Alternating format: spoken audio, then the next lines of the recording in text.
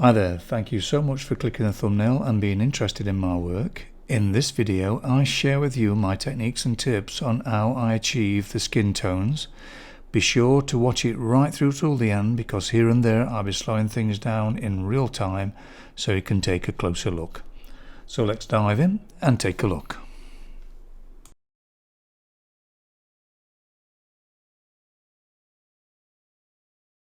This is where we left it in part 1.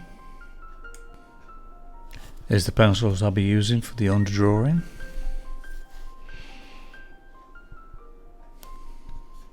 First, what I'll do is erase the actual outline now, make it into a ghost outline by rubbing it out with the kneaded eraser, just so that that grey doesn't mix too much into the colours.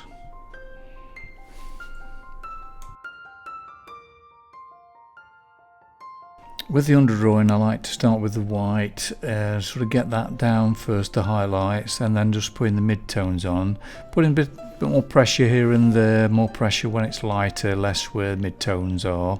I'm not really interested in detail at all. This stage is just about trying to correct the outline, gather a little bit of form, just getting a feel for the portrait, using yellow ochre, warm red, and olive green to neutralize that red and also create a little bit of shadow. All I'm concerned with to make sure everything is in the correct place as much as I can, which will make it easier then when I start putting the rich colours on, which is the next stage. So it's just having a play, just move it around, keep loose, and really enjoy the freedom of not being concerned with the detail at this stage.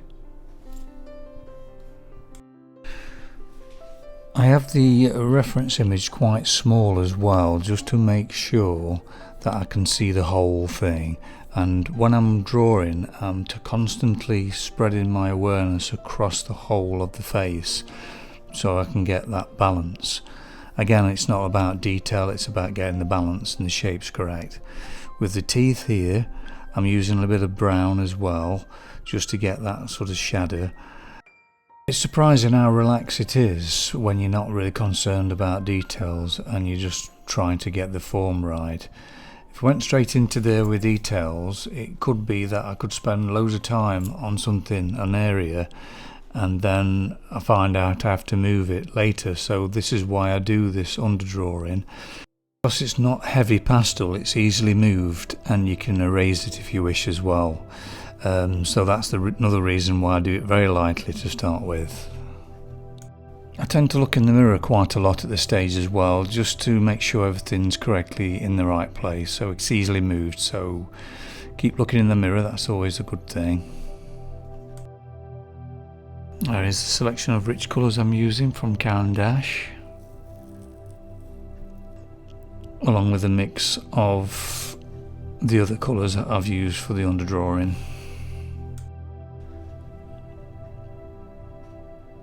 What I'm focusing on here is actually just placing in more deeper colour, more richer colour, and trying to get the values more correct or more in place.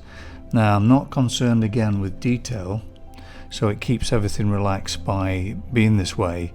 It's just preparing the base for the detail. It's just all this sort of mark making I'm doing, it's little squiggles, is all in preparation for when I lay all that subtlety, which I'll put on later on in the video. Initially it will be difficult to actually get to the correct shade, it's just a matter of building it up. But when I start getting the deeper shadows in there, I'll be able to see these colours more easily. So what I decided to do the mouth and for the teeth, I'm using these two colours here, which is blue and orange. They're really good for the white of the eyes and also teeth. But if I can get the bright highlights in and the dark shadows, that will give me some more a room to gauge this flesh colours better. So what I decided to do is to focus on a little bit more on the actual mouth and teeth, which will help then to get the correct saturation then for the skin.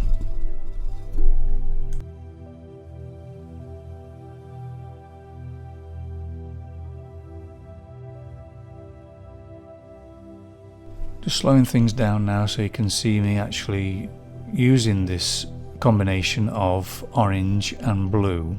They make really nice greys, and it makes it more natural looking than rather than just using grey and white. So that's what I tend to use, is this sort of complementary colour, the blue and orange. It seems to do the trick, and like I say, it's really good for the white of the eyes as well.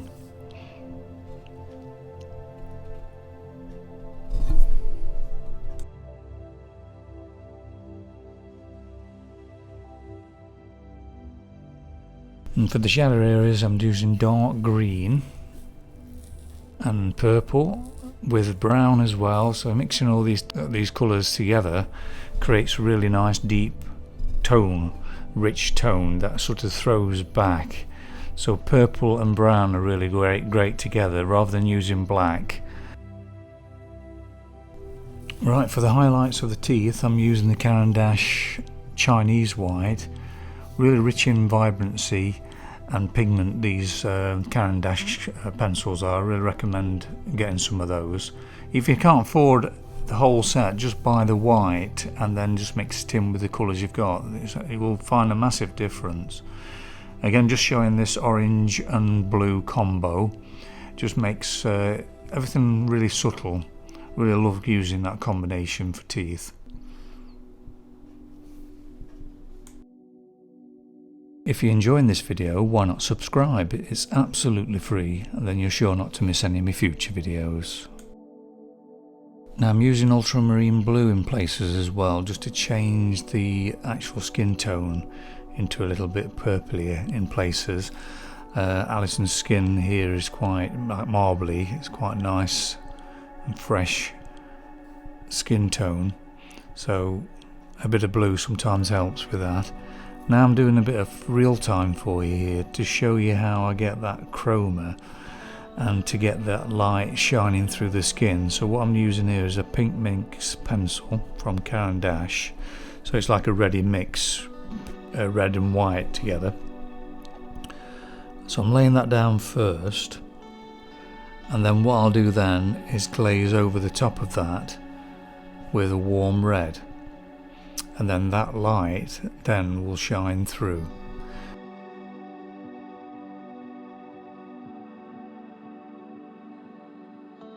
That 1 minute I could be working on the flesh tone, and the next minute I could be in a different area, like here now I'm just doing the lips. Sometimes it's a good idea to get that chroma and the richness, the really richness of the lips in first, because that gives you more idea of what the skin tone needs to be as well. But I'll put loosely the marks. This is far from the detail stage. The detail stage will be later on in the video. Again, it's just preparing it all. So it's just a case of keep building these layers up and just keep going to where your instinct tells you to go within the portrait. Like say 1 minute it will be one area, next it'll be somewhere else. Right, onto the white of the eyes now, just putting the Caran white in there because it's quite rich and vibrant, but I use the CarbOthello to actually blend it out. So I put it in first with the Caran, then use the actual CarbOthello on top. When I'm colouring in the iris, I tend to do both eyes at the same time, so I don't lose track of what combination of pencils I've used to actually create that blue, because you can never get the blue exact what you want. Sometimes you have to put a bit of yellow in there and all sorts of colours to get the correct iris colour. Now for the white of the eyes, you see me there just using the orange and blue again.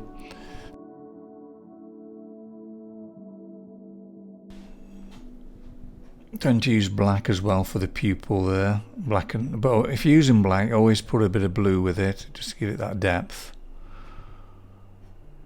Around the edges of the iris as well, I'm using brown and blue.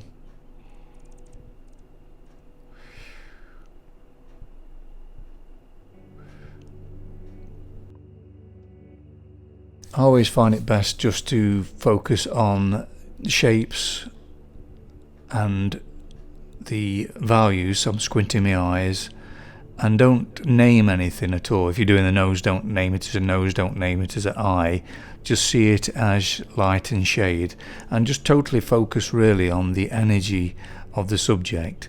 Let that shine through what you do. So don't name it, because to connect to someone's energy, it's best not to put a name to it. It's just to actually open up the heart, let go of the mind, and just sense and just let go and just be in the moment.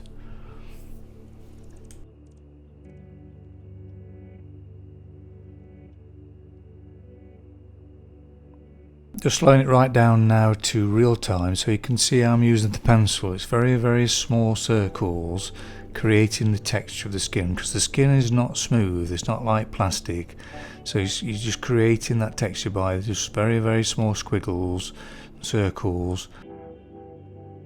Now it's a mixture of putting the colour down and putting the white over the top of it, or putting the white down first and then glazing over the top. So it's a mixture of the two, so you're forever going from one to the other really.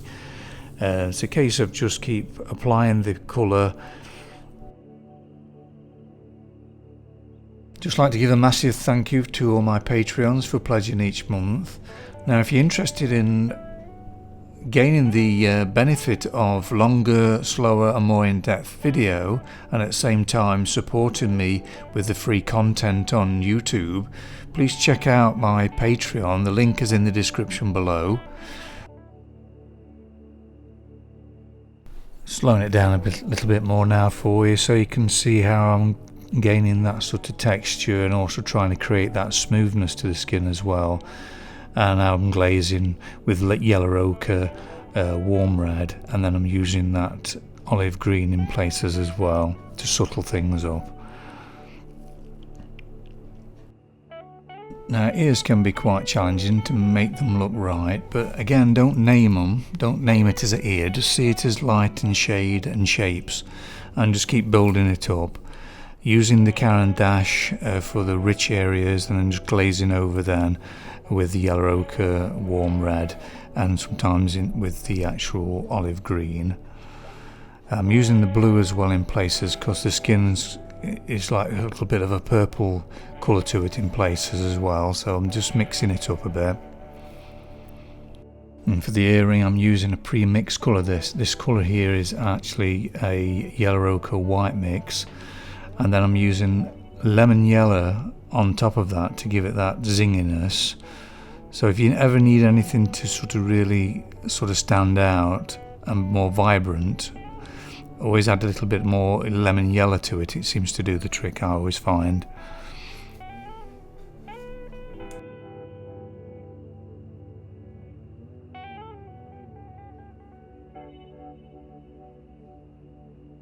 If you're enjoying this video, why not give it a like and share it with your friends? It would mean so much to me, because this will help the channel to grow.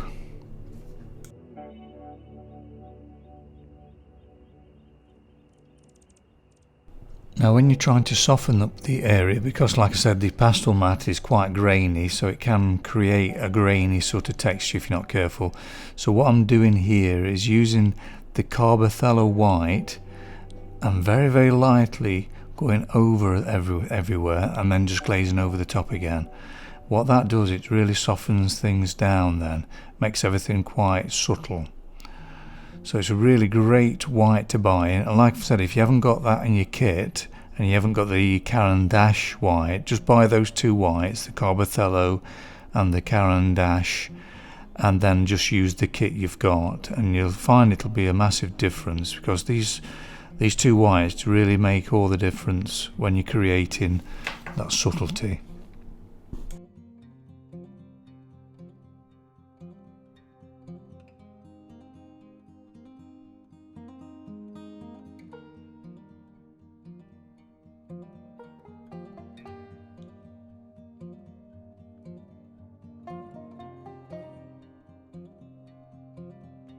Now when I work on the eyes, I always sharpen my pencils really sharp beforehand, because they're very, very subtle differences, and it's really important to really place all the detail into the eyes and also the mouth as well, because that really shines out the personality. When you put in these final details in, what you're really looking at as well is the edges. So some areas are sharper than others, some are more blurred.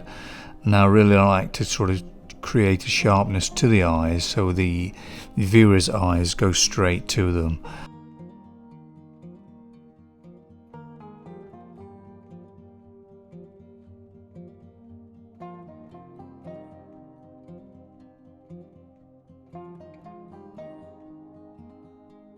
Now when you're putting final details into the skin, it's just a matter of opening up and then just go where your instincts tell you to go, and just keep going to different areas what needs to be done.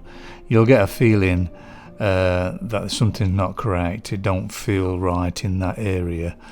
Keep looking in the mirror, take a photograph on your phone, have a look at it there. Also take your picture into another room, have a look what it looks like, bring it back to the easel. Try all sorts of things really, just to see how things go. But there's still a lot of work to do on this skin, but I'll sort that out when I've done the hair, the background and the rest of it, which will be in the next video. Here's the portrait at the correct angle rather than being in perspective on the easel. If you're interested in seeing more of my videos, here's some links you might be interested in. Thanks for watching the video right till the end. Take care and be safe.